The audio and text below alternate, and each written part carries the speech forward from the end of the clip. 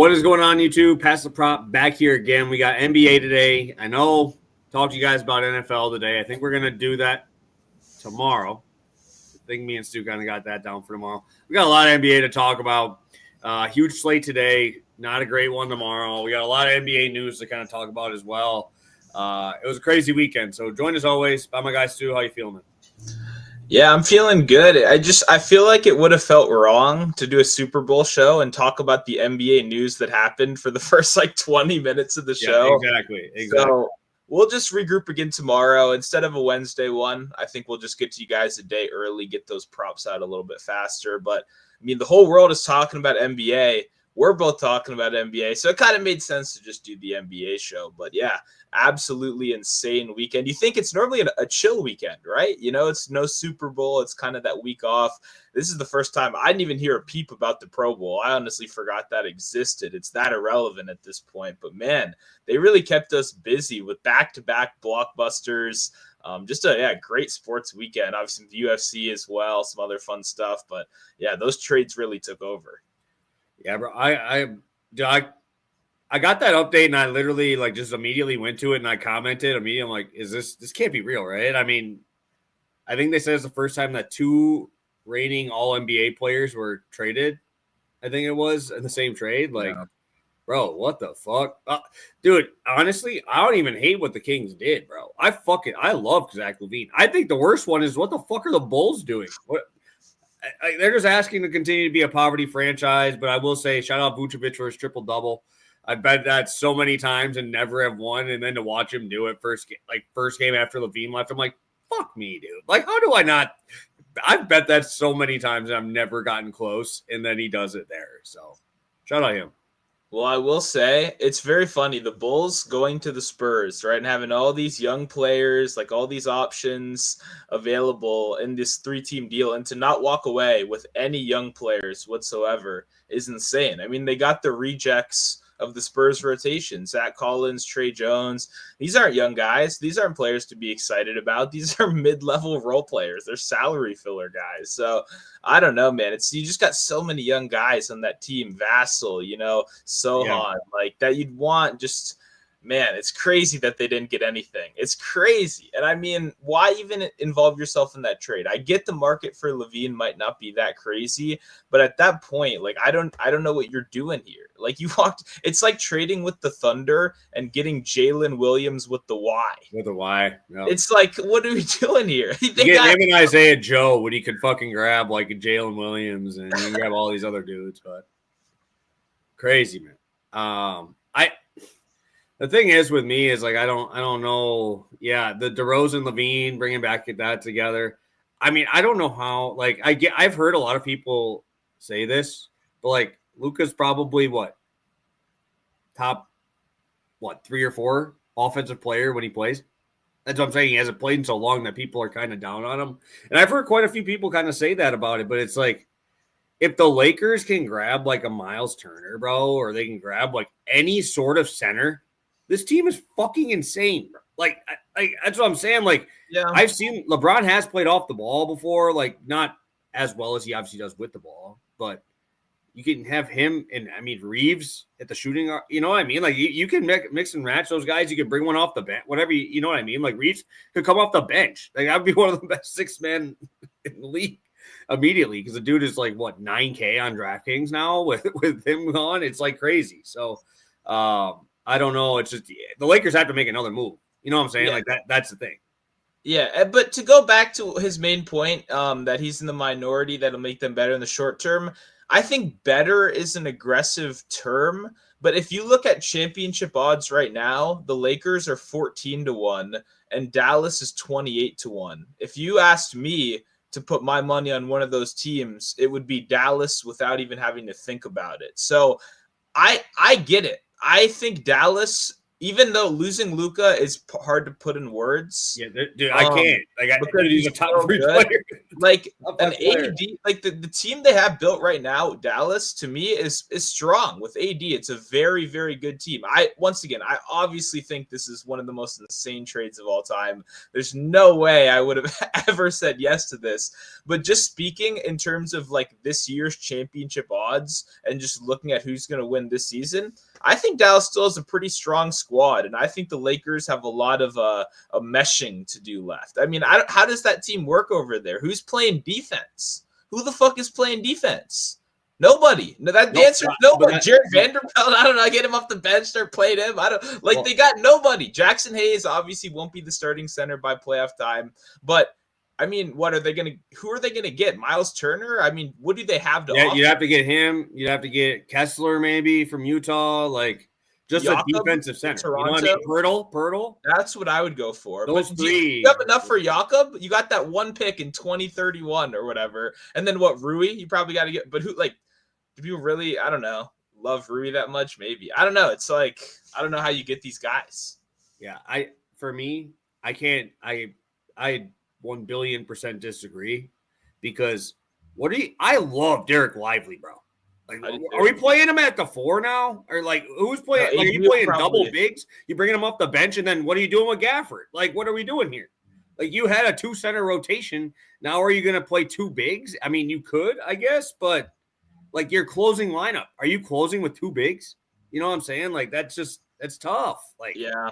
That's where that gets me, bro. Because like Luka can play with anybody. That's the thing. Is like Luka can get you 14 assists if you want to. You know what I'm saying? Like he would have to play the 4. Like AD would have to play the 4, and then it's just like, all right, well, like how would that work when like they would have to go play the Thunder and they want to run on them, and they can throw some bigs down there. Like some of these teams, I just feels like a little bit tough for me in this spot, even though they're both obviously very athletic bigs. It's just like, how do you close? I was going to say, AD has always wanted to play the 4. This is his fucking dream. I've never seen a big that doesn't want to get down and dirty over the course of his career so much. One, especially that has the ability to do so, right? It's not like he can't. It's that he's never really wanted to. And maybe that's not best for the team, but I also don't think this team is done. I would be trading Gafford. You got Lively once, he's healthy and all that. You have PJ who can play small ball big as well. Like, you got enough size where I would be trying to move on from one of these guys. But if not, I have to. That's like you know what I mean? Like, I don't know why that wasn't a part of this. Yeah, but it's also like these guys aren't worthless. Like, they'll get something back, if they decide to. I like Lively a lot. Lively's I know. I feel like you have to move Lively to actually get stuff back. Like Gafford, I don't think he's getting much in a Kyle Kuzma, Jordan Poole, a couple second-round picks. Let's make it happen. Derek Lively, come to DC. You want to get Dinwiddie back with those guys, bro? Like Dinwiddie, what is that? Dinwiddie is got like I'm thinking about like 2-3 right now. You're gonna need to get somebody because like they're gonna have to starting Dinwiddie now. Then like what a guy! That guy's the my goodness player in the NBA. He's the only guy I still actively hate. Like he's so bad, and I enjoy watching him be bad. But I don't know. I just like Lively. I'm a big fan of him. I was more joking. Me too. That's why I was so concerned with this. That's what kind of got me. Yeah, I bet him so much in the playoffs. You watched the show last year, like, man. So it'll be interesting. I'm curious. You're right. The big fit over there will be a little bit weird, but I still stand by that. At double the price of the Lakers, I really don't see the Lakers putting the pieces together in time to make any kind of championship run this year. I would probably agree this year, just because it's first year coach. Okay, even next year. How long is LeBron hanging on for? Like the guy's amazing, and he's a superhuman in terms of how he's able to still play these many minutes. But is that really going to go on forever? And like, what is his new role as an off-ball player now? Right? Kyrie really adjusted the way he played to be next to Luka. It'll be interesting how much Luka adjusts to play next to LeBron now. Like, I don't know if he's ever done that in his career before. Yes, sir. Yes, sir. But yeah, I mean that one, and then obviously you look at the not Malik Monk, Zach LaVine, DeRozan, all those guys. Just a lot of different things happening right now, and I'm sure a lot of these teams are not done either. So excited to get after it. Excited to talk about it because a lot of those teams are in play today. All right, Stu. We can kind of talk about it a little bit too later, but I know We got about 20 of you guys in here live with us. Ready to talk some props. Let's get to our recap here first from the weekend. Let's shout out Scotty Barnes for fucking, two? He had 17 shot attempts, made like 6. It was, and then to lose by 2 as well. Just, that one hurt, bro. That one hurt. Oh, man, Scotty, why'd you got to do me like that, man? And he ended up getting my double-double. I cashed my plus 150 double-double, and I couldn't cash this. Fuck, dude. That got me a little bit. I had that. I'm like, why not just play that? But it is what it is. I ended up being the only loser on the show there. So I'll let you take it away here. Yeah, I mean, Porzingis got the job done again. No surprise. This was pretty sweat-free, obviously, first quarter. Back-to-back winners to start out the NBA season. Don't have a first quarter one on the show today, but yeah, hopefully we'll have some more again soon because those are a lot of fun. And Porzingis, he just keeps getting the job done. Yeah, I saw that he's been getting pretty popular on everywhere now because it's it's kind of been happening quite a bit. So I'm curious if they're going to make a move. The books, I mean, on moving that up there. But shout out Wemby. I saw first quarter was absolutely brutal. Brutal. Dude did nothing, played 6 minutes, 2 points, 2 rebounds. And then what we said, man, just started chucking threes. No one guarding him, making big block after big block. I think he had like 4 or 5 blocks in that game. Absolutely cooked. So ended up with like 44. After a 4 in the first quarter. It was pretty fucking impressive. So thank you, Wemby, for I thought that one was dead and Barnes was going to hit, but then they just flipped, and we ended up getting 1 in 1 day there. What I'm kind of mad about was I said on the show, how is Cade Cunningham not getting a triple-double? And I was a little bit off. I said he'd have to drop 45 or 50. The fucker dropped 40 and ended up still having like 7 rebounds. So I'm mad because I didn't take that. Unfortunately, I think 40 was almost the same odds as this. And I went with a triple-double. Damn, bro. If I would have got that one, that would have been crazy start after the Sabonis triple-double. I could have just went with the 40 points. But shout out Cade. We said it first game after, or one of the first games after not getting that start in the All-Star game when I thought he deserved it. So shout out Cade for doing his thing again. Yeah, no, it's exactly like you called it. It's either if it's not the distributing, if it's not a well-rounded game, it's probably because he's going off, and he did go off in that one. So you get bits sometimes, but shout out Cade, man. He's been really, really good this season. It's been fun to watch. Dude, he's been crazy, bro. Just to carry that team, just like looking at all those pieces, bro, it's like, damn, good for you, dude. Like, keep doing it, bro. It's crazy. Good stuff for Cade. I'm going to keep betting him. Unfortunately, he is not on the card today, which I thought a lot of people think I'd probably have him today, but not on the card today. But we'll be getting after it here. Yeah, let's start it off. I will start us off here with our first bet. We got 20 of you guys in here live. Hit that like button if you could.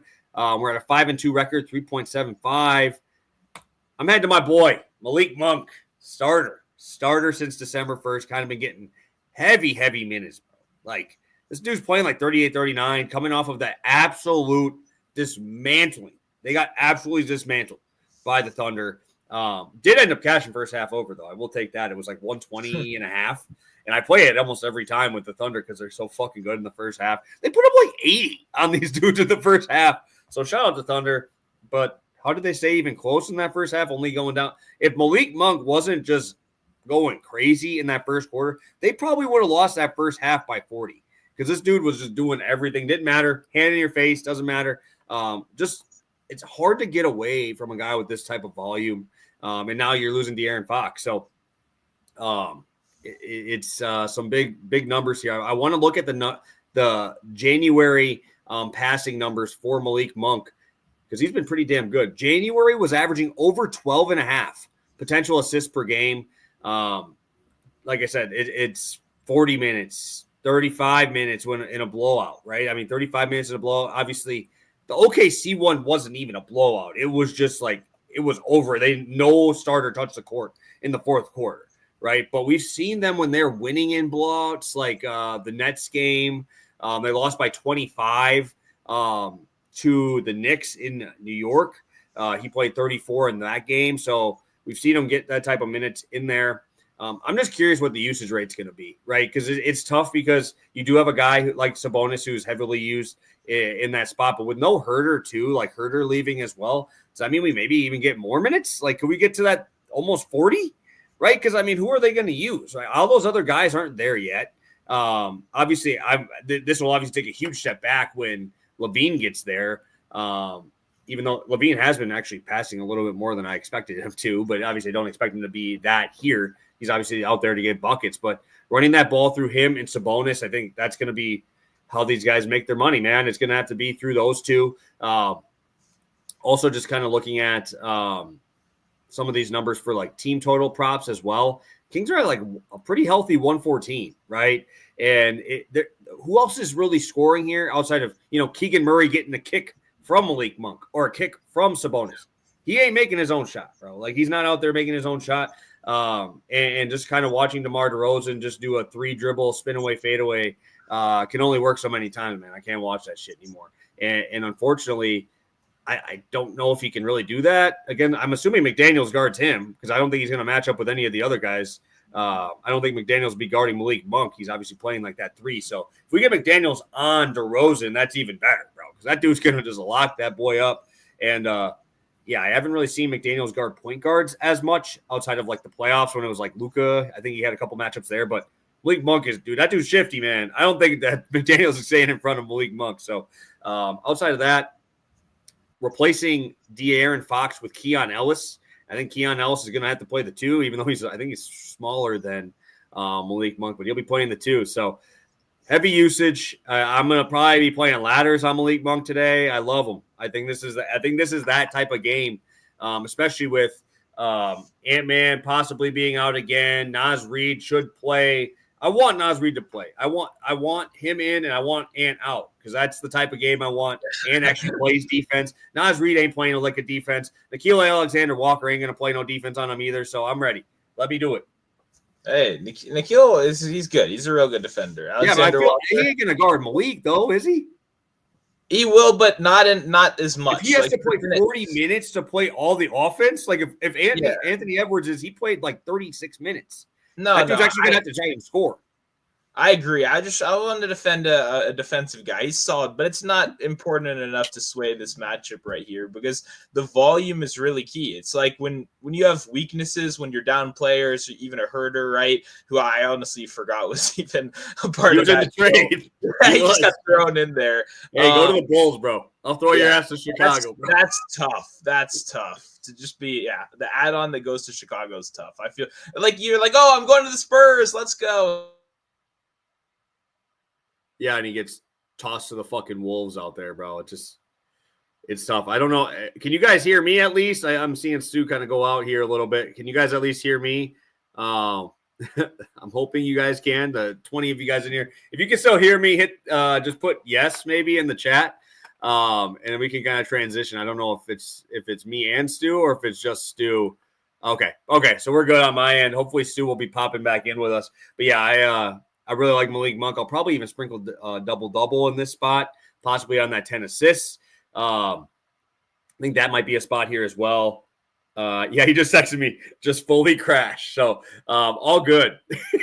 Yeah, dude, his ass just got sent to Chicago, bro. His ass just got sent to Chicago. Don't even know if they got Wi-Fi out there or what, but dude's been sent for some picks in the washing machine, like semi-pro. That's what Stu just got traded for. Hopefully we'll be seeing him back here in a second. Luckily for you guys, I will actually have a second play here. So I can just go to mine. It's actually kind of funny. Obviously, you guys know me and Stu do not message each other until about 30 minutes before the show. About 30 minutes before the show, we'll send a text. What do you got? And we actually are I don't want to spoil his bet, but I'm going to be playing Amen Thompson here in this spot. Points, rebounds, assists numbers. It's sitting at 30.5 here. I got it at 29.5 this morning when I sent it out to our Telegram group out there. But I can't really get away from this spot without Fred VanVleet. Dude, these minutes are going to be absolutely insane. Over the month of January, he was averaging a little bit over 7.5. potential assists per game. He's back. He's back. We said that you got traded to Chicago for some picks in a washing machine, bro. You got some of those picks in there, and I'm like, damn, bro. That we start talking Chicago, and this dude gets tossed right out of here. So I was saying it's going to be funny when we get to your pick, but I'm going to finish up here. Start off on Amen Thompson here, but like I said, a little bit over 7.5. Dude's just a rebounding monster as well, dude. This guy's going to get down there. If we don't see Sengun, who else is grabbing rebounds here? Like, Sengun is questionable. Not sure how bad it is. I know he missed last game here, but oh, God. Miles Turner, questionable. That dude's ass is traded. Dude just faking an ankle injury because his ass is traded. Curious to see where he goes. But if we have no Thompson there, or if we have no Sengun down there, I mean, it's going to be maybe Thompson and fucking Josh Hart. Just saying, who's going to get more rebounds as a small forward? And we're just going to see who can get them. Because I think that'd be a fun little matchup, a little head-to-head, see who gets more rebounds. Because I think both of them can grab 10 apiece, obviously pretty easy. Josh Hart's up there as well. But, dude, they might match minutes and play 38, 40 apiece. That's the tough part here is – It's just so many minutes. No Fred VanVleet. We could see him as more of a facilitator as well. And if we don't have Sengun, who else is passing the ball, bro?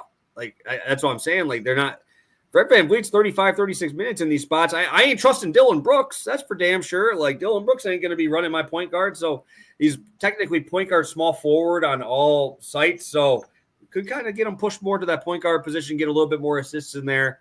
And obviously, love his offensive game, just being athletic, putbacks, stuff like that. And Karl-Anthony Towns is not a guy I'm worried about in the paint, stopping me with blocking too many shots out there.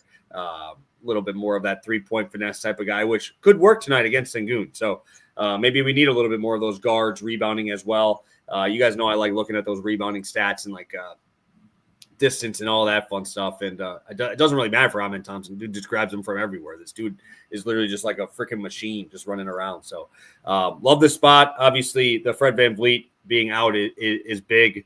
And Tari Eason is still on like a minutes restriction.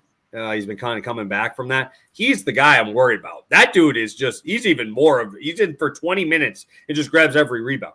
That's the guy I don't want out there when Amen's out there. But luckily for us, Amen's going to probably play 20 more minutes than him tonight. So sign me up for Thompson. I think this is a great spot for him tonight when we have you get to play an MSG too, bro. What more could you ask for? Yeah, I'm a big fan. I'm a big fan of Amen. Obviously, I like what he can do as a playmaker as well, which you kind of talked about there. Rebounding might be a little trickier, just he's going to be guarding on the perimeter probably a decent amount, but I did see some interesting like film breakdown on how they box out Karl-Anthony Towns really aggressively and how even though Amen is out there guarding, like he's so fast and he's so active that he still ended up with a bunch of boards anyway. And obviously the minutes are now going to be up even more. So he's one of those guys that even in a matchup where it's not amazing for rebounding, like he can make up for it just by being that good. And I did see some interesting stuff on them kind of keeping Cat out of the paint. So obviously that'll be the goal right there. And yeah, even like steals and blocks, I was looking at that a little bit too. But no, big fan of this prop. And yeah, I'm a big fan of both of these Thompson twins. Yeah, and I usually like to use the last month, right? I like using the last month for a lot of the data and stuff. So I'm using mostly just January. On the year, he's at 13.2 rebounding chances per game, which is obviously crazy, right? That's really high for a guard / small forward. He's at 15.5 over the month of January, dude. That's a big jump.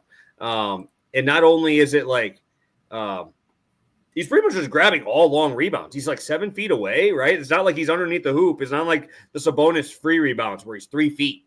This dude's grabbing pretty much anything that's a long rebound, which in a game of NBA nowadays where we're shooting 73s in a game from both sides, this definitely fits. So sign me up, baby. I'm ready. Him and Josh Hart, let's see who can win. Oh, fucking Christ. Giannis out, Middleton out. Thank God. I was telling Stu I was about to bet that first half over, bro. And the spread kind of gave it away. The spread kind of gave it away. Yeah, it was like 11. I knew that we were probably not going to get Bobby. I knew we probably weren't getting Chris on a back-to-back, but I wasn't expecting Giannis to sit, even though they're probably going to lose anyway. But I just want the Bucks to get like a 4 or 5 seed. I don't think. I mean, at full strength, it's different. But Bobby hasn't played in 6 games. Right? I mean, dude, there's no bench. That's why they lost last night. They have no bench right now. Yeah, but and then just the circumstances. Yeah, I didn't think it was going to be great for the injury report there, but that's why you got to wait on some of these games, obviously, because you don't want to get burned. Yeah, usually I like to bet early, but these injuries, dude, they're just people not wanting to play back to backs. It's tough though for Giannis because the dude's playing heavy minutes now. Without Bobby in there, dude, he's playing like 36 minutes. He's usually not that type of guy. He's usually like 33, 34, and then in the playoffs they ramp him up, but kind of had to turn it up a little earlier. So Amen Thompson, over 30.5 points, rebounds, assists. Yeah, almost a triple-double last time, even though he only had 8 points, but he just played the Nets there. So let's get to yours, Stu. I tried not to give it away too much by saying we don't talk too much before the show, but let's get this going. Sounds good. Yeah, you had one Thompson twin. I took the other. So, I mean, it's a little correlated right there. Not necessarily, but I did want to play both of them. Like steal, I tried to do that, but both of them to get one steal is still minus 200 when you combine it together. So a little bit of a bummer there. Couldn't really play that combo. Maybe I'll do 2 steals and blocks for Osser and then 1 steal for Amen and combine them, because both of these guys do rock on the defensive side of the ball. And if you do play like an underdog or a prize picks, I love the fantasy score option, especially for guys like this. For me, this is pretty simple. Thompson, when you look at his game logs, he's kind of boom or bust. He plays around like 22 minutes. He's obviously in a little bit of a crowded Detroit rotation over there. It got a little bit less crowded, obviously, when Ivy went down. To me, there's one thing that sticks out. One, he's going to play more minutes when his defense is more needed, right? This is a very versatile kind of wing that can guard both wings and guards. And when you look at it on paper, even in some of these tougher matchups, like Minnesota, where I wouldn't necessarily expect him to score, still 10 points. New York, I wouldn't really expect him to score 10 points. It's because they needed his defense. So that elevated his baseline. It led to more minutes, and he was out there and had more opportunities. I think, one, he's going to be needed for defense in this game.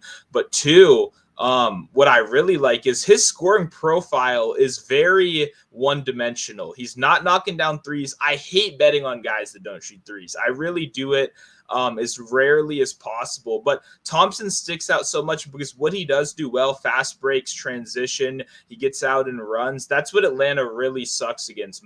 Bottom 10 in pretty much all those categories. They allow the 4th most fast break points, the 6th most transition points. They're bottom 10 in points in the paint over their last 10 games. And they've actually, if you look at recent trends, they've been a lot better against catch and shoot recently, and they've struggled in the paint a lot more. So no Capella, that could be part of the reason why. Obviously, a smaller kind of center group. They started Barlow last game, which I thought was kind of funny. They're throwing in a bunch of different rotations right now. And for me, when I look at it, I think he's a guy that can take advantage. Like I said, he's fast, he's quick as hell, he's great in these transition. He scores almost all of his points in the paint, and that's what you're going to be wanting to attack here anyway. So when I look at it, I like it because his points or his minutes are going to be elevated in general based on his defense. I think that makes him stick out when you're looking at guarding like a Trae Young or even any of these kind of, strong wings over there. Like, is Malik Beasley and Tim Hardaway Jr. the guy that you think are going to get a minutes bump? I don't know. I think those guys probably lose out a little bit more. And Thompson, great conditioning. He'll get out there and run for 40 minutes if you asked him to. Fantastic athlete. So I'm not really worried about anything like that. So over 9.5 points. I like it. I think it's a great matchup for him right now. And yeah, let's keep on riding. Yeah, dude. I mean, what more could you ask for? You get the Hawks, bro. You get the fucking Hawks, dude. Watching the Hawks play defense is tough. They sprint. They have fun. Yeah, no, and that's what you want, right? My issue is, dude, they ain't giving me no Larry Nance props, bro. I want to play some Larry Nance. That dude a while ago, back Pelicans, Larry Nance, dude. That dude was a fucking moneymaker, bro. They don't give me nothing. They ain't giving me. I want a double so bad, but they ain't gonna give that out till like 5 minutes before it. So, but yeah, you're gonna play it. Can you imagine how much faster they're going to play now when you get to run with Okongwu and Larry Nance versus fucking arthritis-ass Clint Capella, who just sits down there? Bro, that's going to be moving quick. Are you surprised? And this maybe it's just because they're off a back-to-back. Are you surprised that the total is only in the 230s? Or is that just a little bit? I think they're worried that there's not enough proven scoring on either team. Like, I think with the injuries now, it's Trae Young is really one dimensional. And outside of Cade, I don't think they trust many. Not sorry, I don't mean these. I mean these two guys are really good, but if you lock in on them, I don't know how confident we are in the rest of the supporting cast. So I think that's why the total is down a little bit. And that's why I went to a guy like Thompson, who's a little bit of a lower number, and someone that I think picks up the slack. But I would lean over. I would definitely not be taking the under in this game. Bro, you can be so inefficient with the pace that these fuckers are going to be playing in a 2:30 game. Like, it's tough too because Malik Beasley, I mean, and Tim Hardaway, they're literally just going to sit in the corner, right? And they're not going to, they're going to have to run them off the line. So it's just like free stuff in the paint. Both these teams don't do well in the paint. I'm curious because when I looked at it initially, I kind of wanted to bet Jalen Duren, but I don't know anymore. Clint Capella would have been the guy I wanted to play against, because exactly. now you can actually have to run around a little bit. I like when Jalen Duren can just sit under the hoop and do nothing on defense. And now he might actually have to move because obviously pick and roll dunk fest is what Trae Young wants to do there. But looked at it, I was just really disappointed to not have a Larry Nance line. Bucks up to Thunder up to minus 13.5. So only have moved 1 point. I thought it would move a lot more, a lot faster than that. But I can't trust Andre Jackson. I don't know what it is, but I understand with him being out. I can't trust him. The dude fouls way too fucking much for me. That's true. And now I'm going to watch him have to guard SGA. They ain't putting no Dame on him. Dame ain't guarding SGA. Dame's going to go sit on whoever. He's probably going to guard Lou Dort. That's who Dame's going to guard. Because guess what? Lou Dort ain't moving from the 3-point line. So that's my biggest issue. When we've had to use Andre Jackson as like an actual shutdown defensive player, dude's sitting. If anything, and I want to bet on someone, I'm going to probably bet Ryan Rollins. I think that's the guy I want to go to, Toledo Ryan Rollins, backup point guard for the Bucks.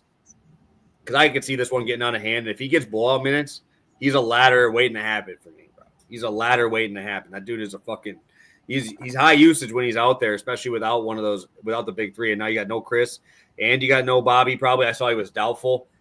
That dude is 40% usage when he's on the court. No Giannis. Like, the dude just wants to shoot. So now who's shooting? Brooke Lopez, who can't make his own shot, and Dame can only play so many minutes because they ain't going to play him when they're down 30. So sign me up. I'm playing Ryan Rollins if they can give me some props. I don't know how much I can trust these books to give me Ryan Rollins out early, Yeah, I bet that's not going to happen. If you gave me money to bet on if we're going to get lines on him or not, I'd probably say no. But hey, I'm always hoping as many role players as possible. Hey, I'm looking at it right now. They got Fontecchio lines out for the Pistons. So if he's out, it's possible. You just got to hope they keep. The problem is the starting lineup with these injury teams. When they don't release a lineup, that's their excuse to we don't have to give you any lines because it's in question. You don't know who's going to be starting. So it's a little questionable. You're probably going to have to refreshing a couple minutes before lock. Yeah, no, just that's the annoying part on the NBA, right? Is like you got to be locked in right up until game starts, right? That's the tough part. That's why I like baseball, bro. I ain't got to pay. Once they send me those lineups a couple hours early, I know who's playing. That's all I care about. They only know they're playing. So, but yeah, just tough because there's going to be a lot of big ladders that are probably going to hit tonight with all these dudes out. So let's get a quick recap here, Stu, and then we can see if we can dig for something for these long shots today. So I'm going to be rolling with Amen Thompson over 30.5 points, rebounds, assists, minus 110. I'm also be playing Malik Monk over 27.5 points, assists at minus 125. Heading over to you, Stu. Yep, I got Oscar Thompson over 9.5 points, minus 110. Detroit Pistons, baby. Let's go. And it's on every sports book right now, widely available. But I'd play it to 10.5 for like a half unit. Beautiful, beautiful. All right, Stu. We got all our plays out. We still got 25 you guys in here live with us. What's catching your eye? Obviously, the injuries are just flying in right now. What is what is catching your eye here for some long shots? Yeah, I only have one locked in right now. Unfortunately, it's not that widely available. It's only Bet365 and ESPN. But I have Miles Bridges 5 first quarter rebounds at plus 850. which I think is a really good price. He's played the full first quarter in each of the last 2 games. That doesn't normally happen. So he's hit this number in each of the last 2 games. So I don't know if he's going to play the full first quarter again. I assume with all the injuries that would make some logical sense to me. So why not? Why not keep riding at a super high number? You can get 3 for plus 140 as well. I'd probably recommend just doing like a quarter unit on each, so you can cover your losses either way. But at 850, I mean, that's worth a stab, I think, for sure. If he's playing that kind of minutes, we like every single center rebounds, every single big rebounds. And obviously Mark Williams is there as well, but his first quarter minutes are not dependable at all. The guy's only playing like 6 and 7, even in some of these injury riddled games. He's a risk for foul trouble. I like Bridges as kind of the safer option that I think is going to have volume no matter what. So, and you asked me about this game before we started too, just in general about Mark Williams. I've seen a lot of people on Mark Williams points. I have a really hard time getting to a number that high. If I were going long shots in this game, for me, it would be on Bridges or even I don't like Nick Smith Jr., but I'd rather go to him first. Just because I want shot creators. When you're down ball, when you're having injuries and you need people to step up in the scoring, you want people that can create your own shot. You don't want people that are dependent on other people to get them going. And obviously Washington, no SAR. They're not the best in the paint. And Mark Williams is good down there. But there's just so many avenues to failure with Mark Williams. The foul trouble, everything, man. So I just wanted to give my take on him real quick and why I'm taking Bridges. All right, so just give me the whole play one more time so I can make sure I type it up so we can make sure it gets on the screen. Okay, put 2.5 first quarter rebounds plus 140, and then put 5 plus 850. And we'll do a quarter on each. All right. 2.5 first quarter rebounds is plus what? It's 140. Okay. And then 850 is for 5. That way we're not going full on the 850. I don't want people being crazy out here, but I do like both of those at plus money. And I see, opportunity for him, whether he plays the full first quarter or not. Obviously 5 is going to be harder to get to, but I do think he's pretty live to have a good first quarter in this one. Yeah, how many Jordan Poole bricks you can catch too, So yeah, or Kuzma air balls. Have you seen that? The guy can't even hit the fucking rim. I don't know what we're doing here. Yeah, dude. I think I want to bet Kyle Kuzma double-double. That might be one of my guys that I might look at today just because I always like going there. I want to grab his rebounds. I want to grab his rebounds too. Dude, who's shooting for the fucking Hornets? You're probably right, but the guy who's shooting for the Hornets, bro? Fucking, no, I know. My boy KJ Simpson. I fucking love that dude from Colorado. But guess what? Isaac Wong.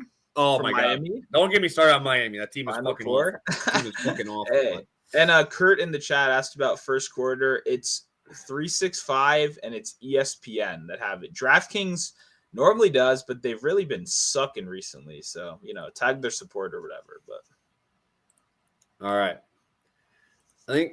I don't know how chalky a plus 750 can be, but I'm going to go there. I just talked about Amen Thompson. I'm going to hard triple-double, bro. It's got to be on the card today. Especially with no OG, dude. Like, this game could speed up a little bit, especially if I'm going to start to see, OG locks up, right? I just talked about Amen Thompson. That's another thing. I don't even know if I mentioned that OG was out already, but now you're going to get, a little bit more of that Precious Achua, right? We get a little bit more of his minutes, so maybe we get a little bit of both those guys kind of running around. Obviously not a high usage guy, more of just the offensive rebound type, but I kind of have to play him in this spot, especially with the opportunity to play more minutes here. And you're at home, and you're against the Rockets team that might not even have Şengün. Dude, it is just crazy how many minutes this dude will play even in a blowout, too. Like, you guys know how mad I was against the Sacramento Kings when I had Karl Anthony Towns as my first bet, right? You guys know how mad I was when they didn't play Towns. He had 32 minutes, right? Josh Hart in that game still played fucking 40. He still played 40 minutes in an absolute beatdown of that team when I was so pissed that Karl Anthony Towns is at 32 minutes and he played all the way through that third quarter. So 750, dude, with one of those guys that, okay, Miles McBride going to shoot. But guess what? Hart's going to probably be the one passing to him, right? You're going to get those opportunities. If you want to look at rebounding chances and stuff like that, I always like to, like I said, use the last, what is it? What did I just say? The last month? It's at 19, dude. 19 rebounding chances, dude. Like, that's absolutely absurd. The craziest part of all of that is Karl Anthony Towns is still at 21. It's just, you go up and down this list, dude, on just straight minutes, dude. Like, my boy, Amen Thompson, just played him. Maxey, and then Josh Hart. Those are the dudes. 37, 38 minutes on average here over the last month. So we'd love to see that. But yeah, I feel like it'll be chalky. I feel like once people saw the OG Anunoby stuff, and I mean, everybody's going to probably want to play it. But, dude, I just feel like this is just way too big of a number for a dude who could quite possibly play in a competitive game 43 minutes. Yeah, I'm always in on Josh Hart. Yep. No, you don't gotta do too much convincing. The guy's got more hustle than anyone else in the league. I mean, outside of like prime Russ, he's calmed down a little bit more bench. He's kind of taking. He tried to do it, now he pulled his hammy, bro. Yeah. So Hart's like he's taking the reins. He's taking that over as that guard that's just dominant in that category. So shout out to Hart. Obviously, assists are always the worry. But like you said, there's some arguments to be made that this could speed up a little bit. There could be some more possessions than normal in a matchup like this. So I like it a lot. I'm a big fan of Josh Hart. And, yeah, 750 is good enough for me. Now Damian Lillard questionable, Brook Lopez questionable. That's the whole starting five and the sixth man, bro. Hey, fire up your AJ Green bets or whatever? Oh, no, bro. That dude can't dribble. That dude cannot dribble a basketball. I told you, give me Ryan Rollins, dude. I'm ready for Ryan Rollins to go absolutely nuclear today. Assist? Is that what we're thinking then? I play everything. I'm playing double-double. I'm playing 15 points, 20 points. Dude is a bucket, bro. I'm telling you. You guys remember, if you guys have been following my channel for a while, you know how much money I bet on Toledo Rockets, bro? The reason why was fucking Ryan Rollins. And when I seen the Bucks got him, that was my dude. He was my dude when he was in college. He's my dude now. Give him the ball. Is this not the guy that was cut from the Wizards? I have no idea. No idea. But once I saw that he found his way back to the Bucks, bro, the dude does well when he gets minutes. I got to see. I'm pretty sure if they actually cut him, that would be hilarious because he's actually good. Well, I think he was part of a Golden State trade or something, right? I'm trying to think if I'm thinking of the right guy.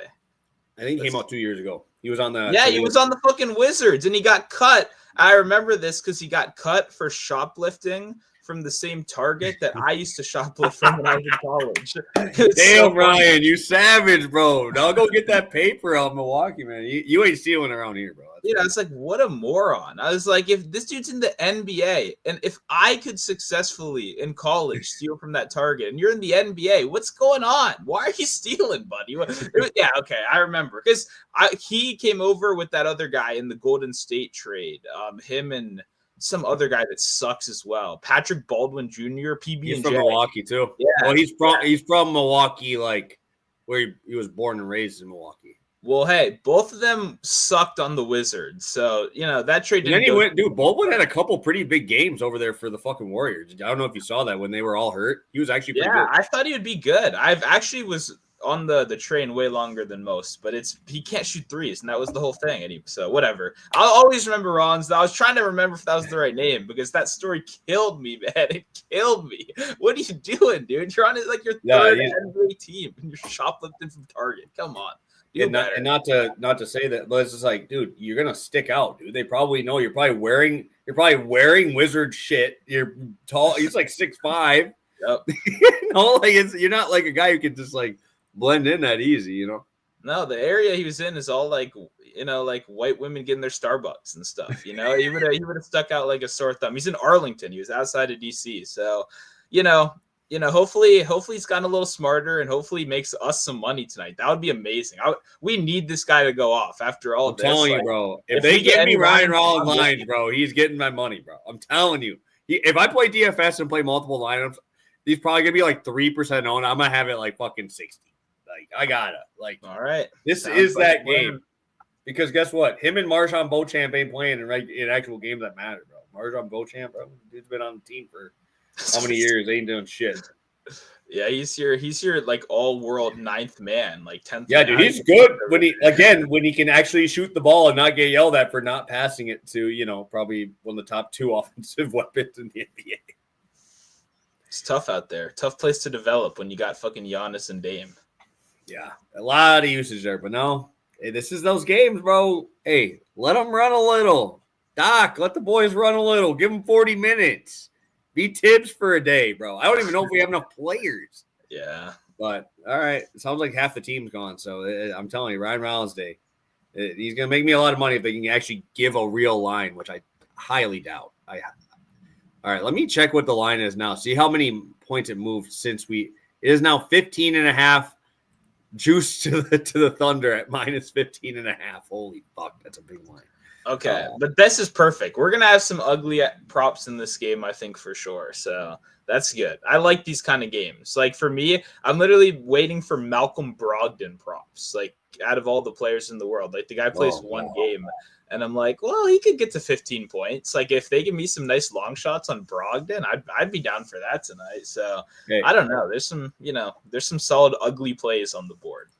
Let me give some flowers here before we get out.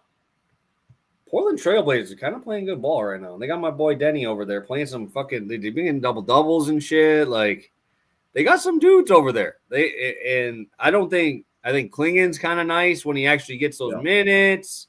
You got Time Lord. Like, I think they're playing almost too well now for them to just like fucking say, "Hey, Time Lord," because I thought Time Lord was the number one person gone. If the team needed a big, but like. I was actually pretty impressed with how well they've been playing as of late. What are they, 20 and 29? I think they started out horrible. They started out absolutely horrible, but they've been playing some good ball here lately, which, again, very surprising because they're the late games and nobody ever watches them. But they've been kind of nice for props, bro. Like, RA on Denny, like, except you can't really do that when when all three of the guards are healthy that just do not do anything but run down the court with their head down and shoot. Anthony, Scoot, and fucking shit Sharp.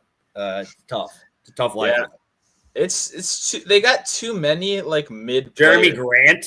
Like, what the fuck are we doing with him? Like, that he's a better version of him.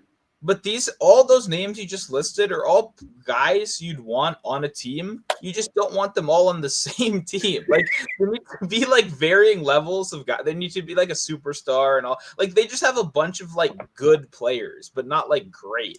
And Denny finally has gotten in his groove, which is great. It was kind of rough start to the season, but it's exactly like you said. It's because Denny finally took off in DC when he could have the ball in his hands a little bit more. They used him as a secondary playmaker, almost like a point forward kind of player. You can't do that when you have all these young guards on your team that all need the ball in their hands. Like, there's too much disruption over there. So I don't know. I think someone needs to be moved, or maybe even a couple guys need to get moved and kind of, recalibrate a little bit going forward. But I agree. They're a fun team. Yes, sir. Well, we are out of here, guys. We'll be back tomorrow. Make sure you guys are on Twitter or X, whatever we call it now. Check on that. Check what we're doing for times. We obviously haven't even figured that out yet, so we'll figure that out and get that out to you guys for tomorrow. So thank you guys for tuning in. We appreciate you guys as always. See you guys tomorrow, hopefully live for some NFL action. Maybe even Wednesday again. Maybe we do 3 days in a row. It's a huge Wednesday slate as well. So we could be here. We could be here 4 times this week, Super Bowl week. It's a special occasion. So thank you guys so much. We'll see you tomorrow, hopefully, ready to roll, talk some NFL, our top props for the Super Bowl. Let's do it, guys. See you tomorrow.